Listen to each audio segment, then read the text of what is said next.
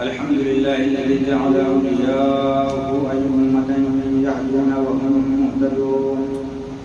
وقال الله تعالى في شأنهم لا خوف عليهم ولا هم يحزنون. والصلاة والسلام على من كشف عليه سر ما كان وما يكون وبشر به الأنبياء وصدق به المرسلون وعلى آله وصحبه الذين جاهدوا في سبيل الله حق جهاده وهم مفلحون. وعلى الغوث العظيم الجيلاني وحزبه الذين تواصوا بالحق وبه يعلمون. أما بعد فقد قال الله تبارك وتعالى في القرآن المجيد والفرقان الحميد: أعوذ بالله من الشيطان الرجيم. بسم الله الرحمن الرحيم. يا أيها الذين آمنوا اتقوا الله وكونوا مع الصادقين. صدق الله مولانا العظيم وصدق رسوله النبي النبي الكريم ونحن على ذلك من الشاهدين والشاكرين والحمد لله رب العالمين إلى يوم الدين لا ريب نهاية. بلغ العلا بكماله كشف الهدى بجماله حسن جميل خصاله صلوا عليه وآله. واہ کیا مرتبہ ہے غوث ہے بالا تیرا، واہ کیا مرتبہ ہے غوث ہے بالا تیرا، اونچے اونچوں کے سروں سے قدم اعلیٰ تیرا، اونچے اونچوں کے سروں سے قدم اعلیٰ تیرا. سر بھلا کیا کوئی سمجھ پائے کہ ہے کیسا تیرا، سر بھلا کیا کوئی سمجھے کہ ہے کیسا تیرا. اولیاء ملتے ہیں آنکھیں وہ ہے تلوار تیرا، اولیاء ملتے ہیں آنکھیں وہ ہے تلوار تیرا. کیا دبے جس پہ حمایت کا ہو پنجہ تیرا، کیا دبے جس پہ حمایت کا ہو پنجہ تیرا. شیر کو خطرے میں لاتا نہیں کتا تیرا. مٹ گئے مٹتے ہیں مٹ جائیں گے آدھا تیرے، نہ مٹا ہے نہ مٹے گا کبھی چرچا تیرا، نہ مٹا ہے نہ مٹے گا کبھی چرچا تیرا. اعلیٰ حضرت سرکار ارشاد فرماتے ہیں: ہیں رضا یوں نہ بلک تو نہیں جیت تو نہ ہو، ہیں رضا یوں نہ بلک تو نہیں جیت تو نہ ہو. سید جید ہر دہر ہے مولا تیرا، سید جید ہر دہر ہے مولا تیرا. بآواز بلند رسول اکرم کی بارگاہ میں جھوم جھوم کر پڑھیں: اللہم صلی علی سیدنا و شفیعنا حبیبنا طبیبنا طبیب قلوبنا مولانا و مولانا محمد وبارک وسلم. صلاۃ و سلام علیک یا رسول اللہ صلی اللہ تعالی علیہ وسلم. حضرات محترم، پروردگار عالم کا لاکھ لاکھ احسان ہے کہ پروردگار عالم نے ہم سبوں کو امت محمدیہ میں پیدا فرمایا ہے، اور اس پر بالائے احسان یہ کہ امت محمدیہ کے جو 73 فرقے ہیں وہ 72 گمراہوں میں نہیں بلکہ حق فرقے اہل سنت میں پیدا فرمایا. حضرات محترم، ہماری فرقے کی حقانیت اس بات میں ہے کہ اگر کوئی دلیل پوچھے کہ تم اہل سنت والجماعت حق پر ہو کہتے ہو، کیوں کہتے ہو، تو ان سے پوچھ لینا. کسی بھی فرقے پر عمل کرنے والا ہو، کسی بھی فرقے کو ماننے والا ہو، اس سے پوچھ لینا کیا تیرے پاس غوث اعظم ہیں، کیا تیرے پاس غریب نواز ہیں. وہ کہے گا نہیں تو کہنا الحمدللہ ہم حق پر ہیں، اس لیے کہ ہمارے فرقے میں غوث اعظم موجود، ہمارے فرقے میں غوث اعظم موجود ہیں، ہمارے فرقے میں غریب نواز موجود ہیں. اور یہ ایسے اللہ کے ولی ہیں کہ اللہ کو بہت پیارے ہیں، اللہ کے دوست ہیں. میں کہتا ہوں مسلمانوں کہ جب ہم جیسے لوگ کسی جھوٹے کو اپنا دوست نہیں بناتے تو اللہ رب العزت ان جھوٹی فرقوں میں سے کسی کو اپنا دوست کیوں بنائے. اس لیے جب کبھی بھی اللہ کے ولی کا تذکرہ آئے گا نا تو وہ ہماری ہی جماعت میں تصور کیا جائے گا۔ اللہ نے قرآن میں کہا او مسلمانوں تم اللہ سے ڈرو، اللہ سے ڈرو مطلب اللہ کا خوف دل میں رکھو، کسی کا مال ہضم نہ کرو، کسی کے زمین پر جائیداد پر قبضہ بلا وجہ نہ کرو، اللہ سے ڈر رکھو، نماز ٹائم پر پڑھو، روزہ ٹائم پر پڑھو، اللہ سے ڈر رکھو، عبادتیں کرتے جاؤ، اللہ سے ڈرتے جاؤ۔ آگے اللہ فرماتا ہے وَكُونُوا مَعَ الصَّادِقِينَ، اور سچوں کے ساتھ ہو جاؤ۔ پتہ چلا، معلوم ہوا کہ صرف اللہ سے ڈرتے رہو، عبادت کرتے رہو، کامیابی نہیں ملے گی، اس لیے کہ شیطان تمہارے پیچھے لگا ہوا ہے تمہارے ایمان کے خزانے کو لوٹنے کے لیے۔ کب وقت ملے، کب تمہارے ایمان کے خزانے کو لوٹ کر چلا جائے۔ اللہ نے راستہ بتا دیا، او ایمان والو میری عبادت کرتے رہو، میری ریاضت کرتے رہو، لیکن میرے جو خاص بندے ہیں، جو میرے ولی ہیں، ان کے دامن کو پکڑ کر رکھنا، تمہاری ایمان کی سلامتی رہے گی، تم کبھی گمراہ نہیں ہونے پاؤ گے۔ حضرات محترم، کچھ لوگ کہتے ہیں اولیاء کرام سے محبت کرنے سے کیا ملتا ہے، اولیاء کرام سے پاس رہنے میں کیا ملتا ہے، ان کے کانٹیکٹ میں رہنے سے ہمیں کیا ملتا ہے۔ پیارے مسلمانوں، اولیاء کرام ایک ایسی جماعت ہے نا جو اللہ کو بہت پیاری ہے، اللہ کو بہت پسند ہے، اور جو ان کے کانٹیکٹ میں رہتے ہیں، ان کے پاس ان کا لگاؤ رکھتے ہیں، وہ بھی اللہ کو بہت پیارے ہو جاتے ہیں۔ اگر کوئی بھی مصیبت آ جائے، کوئی بھی پریشانی آ جائے، ولی کی بارگاہ میں جاؤ تو ولی کی بارگاہ سے تم خالی ہاتھ نہیں آؤ گے، اس لیے کہ اللہ کے محبوب ہیں اور نبی کے محبوب ہیں۔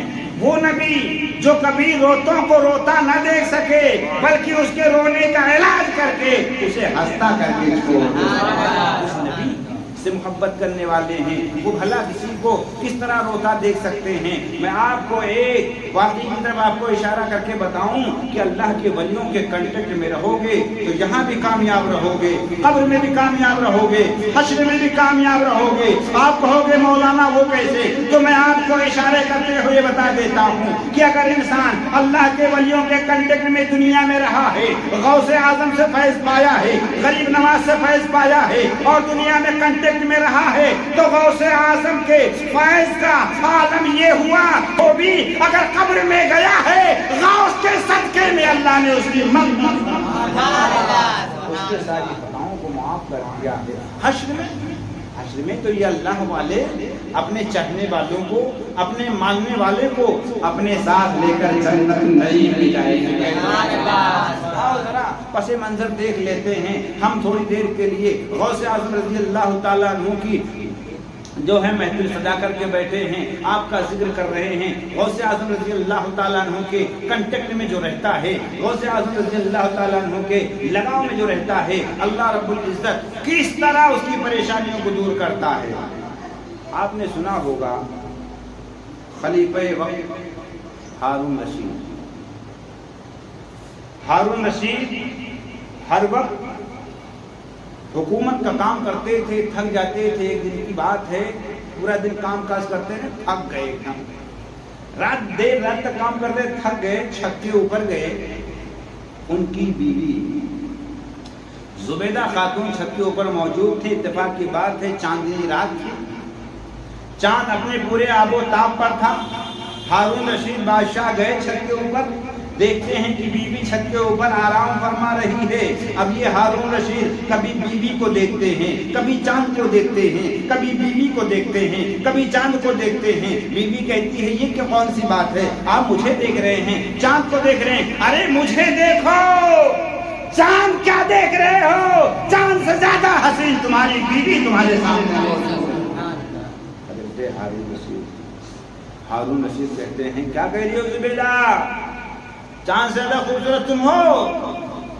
اب بھلا اگر کوئی شوہر اپنی بیوی سے پوچھے تو بیوی کب کہے کہ میں خوبصورت نہیں ہوں، وہ تو کہے گی کہ ہاں میں خوبصورت ہوں۔ زبیدہ نے بھی کہہ دیا ہاں اے بادشاہ سلامت، میں چاند سے زیادہ خوبصورت ہوں۔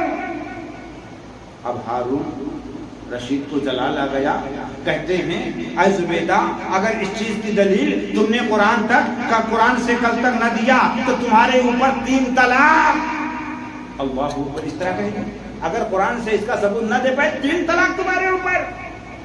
اب جب غصہ ٹھنڈا ہوا، ہارون رشید کہتے ہیں اپنی بیگم سے، بیگم میں نے غصے میں کیا کہہ دیا؟ کہتی حضور آپ نے تو میری زندگی اور موت کا فیصلہ کر دیا، اب ہم آپ کے ساتھ نہیں رہ سکیں گے، کل 24 گھنٹہ گزرنے کے بعد ہماری زندگی اور آپ کی زندگی الگ ہو جائے گی۔ ادھر ہارون رشید جیسے ہوش میں آئے فوراً ماتھا پکڑ کر بیٹھ گئے، وقت کے سارے عالموں کو بلا لیا، بلانے کے بعد میں دربار سجا دیا اور بٹھا دیا۔ رات گزرتی جا رہی ہے، کہا قرآن سب لے کر کے بیٹھ جاؤ، قرآن پلٹتے جا رہے ہیں، سوال کا جواب ڈھونڈتے جا رہے ہیں۔ ہارون رشید کا ایک ہی سوال ہے کہ زبیدہ چاند سے زیادہ خوبصورت ہی ہے کہ نہیں، قرآن میں دیکھ کر کے بتاؤ۔ سارے علماء قرآن کے اوراق الٹ رہے ہیں، ادھر سے ادھر ادھر سے ادھر۔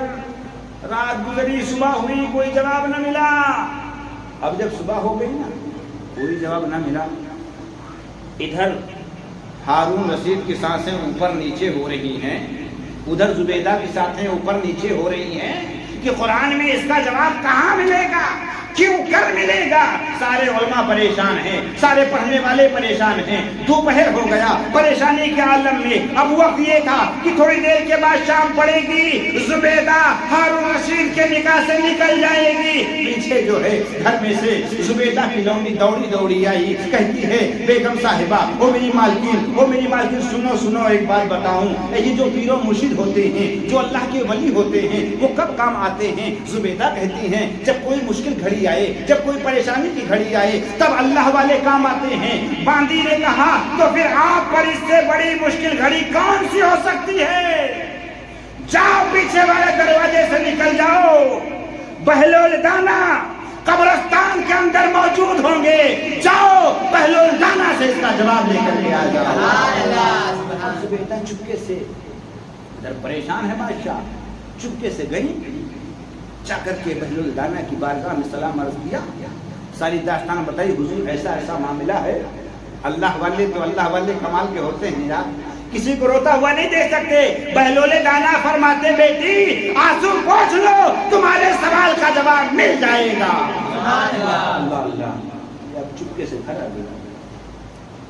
اب جب شام ہونے والی عصر کا وقت ہو گیا نا، تو اللہ کے ولی بہلول دانا اپنی مستی میں جھومتے جھومتے آئے، دروازے پہ پہنچے، دستک دی، ہارون رشید کہاں ہو؟ اب ہارون رشید پہلے ہی ٹینشن میں، قرآن میں سوال کا جواب نہیں مل رہا ہے، قرآن میں سوال کا جواب نہیں مل رہا ہے، ٹینشن میں دل میں سوچتے ہیں کہ پیر صاحب بھی کہاں ٹینشن کے وقت آ گئے، اب میں پیر صاحب کو سنبھالوں کہ اپنے ٹینشن کو سنبھالوں؟ حالانکہ انہیں خبر نہیں تھی کہ جب ٹینشن میں انسان ہوتا ہے تبھی اللہ والے مدد کرنے آ جاتے ہیں۔ کرتے نہ کرتے بہلول دانا جب آئے نا، ہارون رشید کو سامنے آنا پڑا۔ بہلول دانا فرماتے ہو ہارون رشید، سورہ 3 تم کو یاد ہے؟ کوئی بات نہ چیز، ہاں بیوی چپکے سے گئی تھی، آ گئی، ان کو پتہ نہیں ہے۔ سورہ 3 تم کو یاد ہے؟ حضرت بہلول دانا نے پوچھا یاد ہے؟ ہارون رشید نے کہا کہ ہاں یاد ہے۔ بہلول دانا فرماتے کہ ایسا ہے کہ میں سورہ 3 پڑھتا ہوں، تم ذرا ہمارے سورہ 3 کو سن لو۔ بہلول دانا نے پڑھنا شروع کیا، والتین والزیتون وطور سینین وہذا البلد الامین لقد خلقنا القمر فی احسن تقویم۔ ہارون رشید کہتے ہیں حضور یہ تو غلط ہو گیا، لقد خلقنا القمر نہیں ہے۔ حضرت بہلول دانا کہتے ہیں میں دوبارہ پڑھ رہا ہوں، ذرا دھیان سے سنو۔ آپ پڑھتے ہیں والتین والزیتون وطور سینین وہذا البلد الامین لقد خلقنا القمر فی احسن تقویم۔ ہارون رشید کہتے ہیں حضور غلط ہو گیا، لقد خلقنا القمر نہیں ہے، لقد خلقنا الشمس نہیں ہے۔ ہارون رشید نے جب یہ کہا، بہلول دانا فرماتے اے بادشاہ تو پھر تو ہی صحیح پڑھ کے بتا دے۔ جیسے ہی ہارون رشید نے جو ہے بہلول دانا کے کہنے پر سورہ 3 پڑھنا شروع کیا، اب وہ جو پڑھ رہے ہیں والتین والزیتون وطور سینین وہذا البلد الامین لقد خلقنا الانسان فی احسن تقویم۔ بہلول دانا فرماتے ہارون رشید اللہ ہم نے انسان کو سب سے زیادہ خوبصورت بنایا تو تیری بیوی چاند سے زیادہ خوبصورت ہے، تیری بیوی چاند سے زیادہ خوبصورت ہے، لاچا کیوں ہے؟ کیا بیوی کے ساتھ خوشی خوشی رہنا؟ پیارے مسلمانوں، یہی تو میں نے کہا تھا، یہ اللہ والے ہیں، جو اللہ والے ہیں یہ مشکل وقت میں آتے ہیں نا تو سارے مشکلوں کو دور کر دیتے ہیں، سارے پریشانیوں کو دور کر دیتے ہیں۔ پیارے مسلمانوں، کتنی بڑی آفت تھی وقت کے بادشاہ کے پاس، سارے وقت کے علماء آ گئے تھے لیکن جواب نہیں بن پڑتا تھا۔ اللہ کا ایک ولی آیا، آنے واحد میں ساری پریشانیوں کو دور فرما دیا۔ ہم غوث اعظم کے دیوانے بیٹھے ہوئے ہیں، یہ ایک ہارون رشید کی پریشانی تھی، ان کی بیوی کی پریشانی تھی، لیکن کیا ہمیں پتہ نہیں ہے ہمارے اور آپ کے آقا غوث اعظم جب بغداد کی سرزمین پر مذہب اسلام پر پریشانی آئی تھی، مذہب اسلام پر پریشانی آئی تھی، لوگوں نے چیلنج کیا تھا، او اسلام اگر تو سچا ہے تو ہمیں دلیل دکھا۔ غوث اعظم جیلانی رضی اللہ تعالیٰ عنہ نے ایسے وقت میں اسلام کی نگہبانی فرمائی۔ اب یہ بات بھی آپ کے سامنے عرض کر کے میں آپ کے سامنے سے بہت جلدی رخصت ہونے کی کوشش کروں گا۔ بات دراصل یہ ہے نا، عیسائی دو عالم بغداد میں ٹہلتے جا رہے تھے، ادھر سے دو عالم مسلمانوں کے آ رہے ہیں، دونوں کی ملاقات ہو گئی۔ یہ عیسائیوں نے کہا کہ ہمارے نبی عیسیٰ علیہ السلام بہت مرتبے والے ہیں۔ مسلمانوں نے کہا کیوں بھائی ہمارے نبی کیوں نہیں مرتبے والے ہیں؟ عیسائیوں نے کہا بات دراصل ایسی ہے کہ ہمارے نبی مردوں کو زندہ کر دیتے تھے، ہمارے نبی عیسیٰ علیہ السلام مردوں کو زندہ کر دیتے تھے۔ مسلمانوں نے کہا تو اس میں کون سی بڑی بات ہے، ہمارے نبی تو زندہ کر دیتے تھے۔ کہا دلیل دکھاؤ۔ مسلمان کے عالموں نے کہا کہ دلیل ہے، میرے آقا جب دعوت کھانے صحابی رسول حضرت جابر علیہ السلام رضی اللہ تعالیٰ عنہ کے گھر تشریف لے گئے، ان کے دو بچے انتقال کر چکے تھے، ایک نے دوسرے کو چھری سے کاٹ دیا تھا، ایک دوسرا چھت کے اوپر سے کود کے جان دے دیا تھا، دونوں بچے انتقال کر چکے تھے، میرے آقا نے حضرت جابر کے دو شہزادوں کو زندہ فرما دیا۔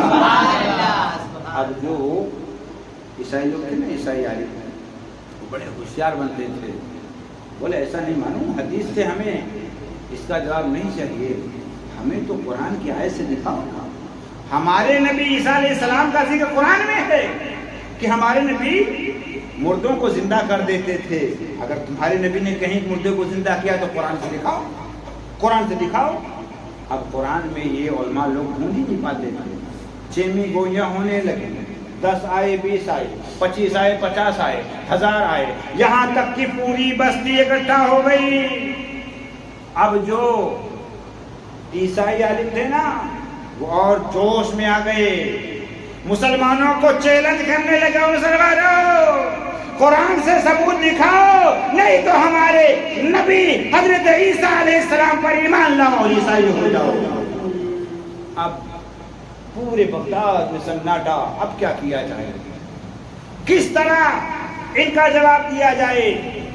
جو بڑے پرانے لوگ تھے، ہوشیار لوگ تھے، عقل مند لوگ تھے، انہوں نے کہا وہ لوگوں پریشان ہونے کی ضرورت نہیں ہے، جب کوئی پریشانی آئے، جب کوئی آفت آئے تو ادھر ادھر نہ جاؤ، یا تو اللہ کی بارگاہ میں عریضہ پیش کرو یا تو اللہ والے کی بارگاہ میں عریضہ پیش کرو۔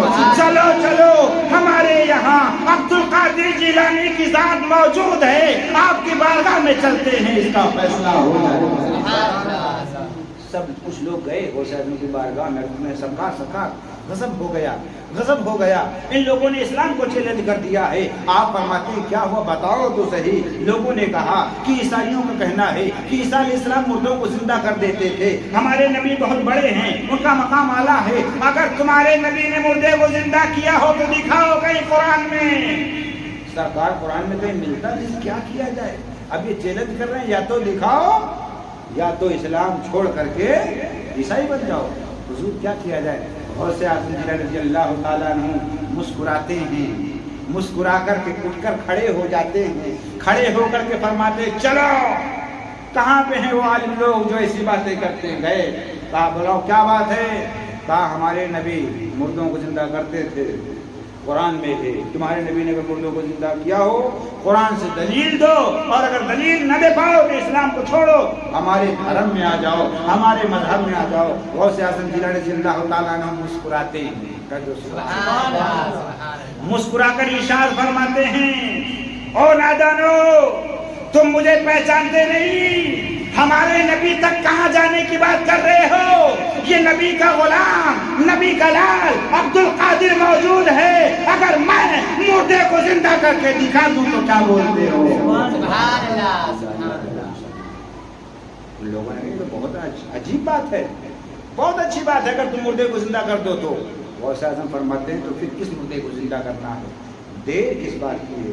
چلو مردے کو زندہ کر دیتا ہوں۔ عیسائیوں نے سوچا تھا کہ کوئی ایسا مردہ دکھاؤ جس کو گڑے ہوئے 100-200 سال ہو گیا ہو، جس کی نہ ہڈی بچی ہو، نہ کھال بچا ہو، نہ شریر کا کوئی حصہ بچا ہو۔ اللہ اللہ پیارے مسلمانوں، ہمارے غوث اعظم ساتھ میں ہیں، عیسائی لوگ جا رہے ہیں، گئے ایک پرانی قبر پر جو لگ بھگ 200 سال پرانی قبر تھی، وہاں پر کھڑے ہو کر کہتے ہیں، اے عبد القادر اگر تم اپنے دعوے میں سچے ہو تو اس مردے کو زندہ کر کے دکھا دو، زندہ کر کے دکھا دو۔ اللہ اللہ پیارے مسلمانوں، حضرت غوث اعظم رضی اللہ تعالیٰ عنہ اپنے نگاہ باطنی سے دیکھ کر مشاہدہ فرماتے ہیں اور فرماتے ہو عیسائیوں یہ تو 200 سال پہلے مر چکا ہے، یہ مرنے والا گویا تھا، اگر تم کہو تو گانا گاتے ہوئے اٹھا دو، اگر تم کہو تو گانا گاتے ہوئے اٹھا دو۔ اب ان لوگوں سے اور تعجب کی بات ہوئی، ارے یہ تو بہت بڑے بڑے دعویٰ کرتے جا رہے ہیں، ہم تو صرف قرآن سے دلیل مانگے تھے، یہ مردہ بھی زندہ کر دیں گے، گاتا ہوا بھی اٹھا دیں گے،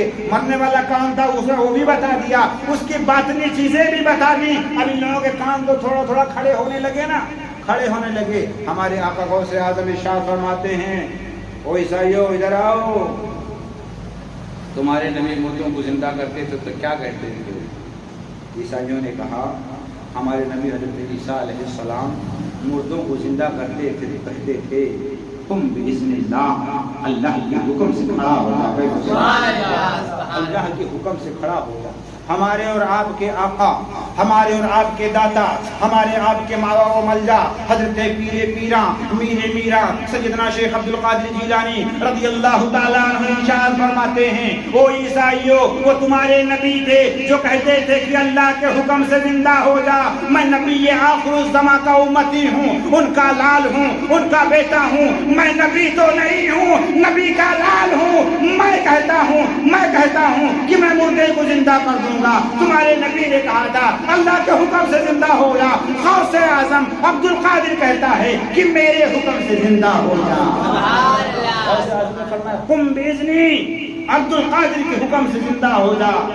زمانے نے دیکھا کہ وہ مردہ جو بڑھ چکا تھا نا قبر سے باہر آیا اور اس حال میں آیا کہ باجا بجا رہا ہے، قوالی گا رہا ہے، باجا بجا رہا ہے، قوالی گا رہا ہے۔ غوث اعظم کی یہ کرامت جب ان لوگوں نے دیکھی ہے، ہزاروں کی تعداد میں لوگ کلمہ پڑھ کر مسلمان ہو جاتے ہیں۔ نگاہ ولی نے وہ تاثیر دیکھی، بدلتی ہزاروں کی تقدیر دیکھی۔ پیارے مسلمانوں، اللہ نے قرآن میں کہہ دیا ہے، او ایمان والو اللہ سے ڈرو، سچوں کے ساتھ ہو جاؤ۔ اگر سچوں کے ساتھ رہو گے تو نہ تم دنیا میں پریشان ہو سکتے ہو، نہ قبر میں پریشان ہو سکتے ہو، نہ آخرت میں پریشان ہو سکتے ہو، بلکہ یوں کہو غوث اعظم کے صدقے میں اللہ تمہاری زندگی بھی سنوار دے گا، آخرت بھی سنوار دے گا۔ رب کی بارگاہ میں دعا ہے مولا تبارک و تعالیٰ اپنے حبیب اکرم صلی اللہ تعالیٰ علیہ وسلم کے صدقے و توسل سے جب تک اس دنیا میں رکھے، غوث اعظم جیلانی رضی اللہ تعالیٰ عنہ کے صدقے میں ایمان پر قائم و دائم رکھے، اور جب اس دنیا سے خاتمہ ہو مولا تو اپنے حبیب کے صدقے میں خاتمہ بالخیر عطا فرمائے۔ انشاءاللہ العزیز تعالیٰ حق کہنے اور حق سننے کی توفیق عطا فرمائے۔